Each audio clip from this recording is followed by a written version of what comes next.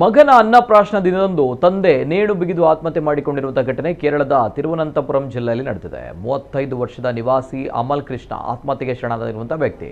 ಇಂದು ಬೆಳಗ್ಗೆ ಮನೆಯ ಸಮೀಪದ ಗುರುಮಂದಿರದಲ್ಲಿ ಪುತ್ರನಿಗೆ ಅನ್ನಪ್ರಾಶನ ನೀಡುವ ಕಾರ್ಯಕ್ರಮ ಹಮ್ಮಿಕೊಳ್ಳಲಾಗಿತ್ತು. ಅದರಂತೆ ಕುಟುಂಬಸ್ಥರೆಲ್ಲ ಗುರುಮಂದಿರಕ್ಕೆ ಆಗಮಿಸಿದರು. ಅನ್ನಪ್ರಾಶನದ ವೇಳೆ ಮಗುವಿನ ತಂದೆ ಬರದೇ ಇದ್ದು ಹುಡುಕಾಡಿದಾಗ ನೇಣು ಬಿಗಿದ ಸ್ಥಿತಿಯಲ್ಲಿ ಪತ್ತೆಯಾಗಿದ್ದಾರೆ. ಕೂಡಲೇ ಹಗ್ಗ ತುಂಡರಿಸಿ ಆಸ್ಪತ್ರೆಗೆ ದಾಖಲಿಸಲಾಯಿತಾದರೂ ಕೂಡ ಚಿಕಿತ್ಸೆ ಫಲಕಾರಿಯಾಗದೆ ಕೊನೆಯುಸಿರೆಳೆದಿದ್ದಾರೆ.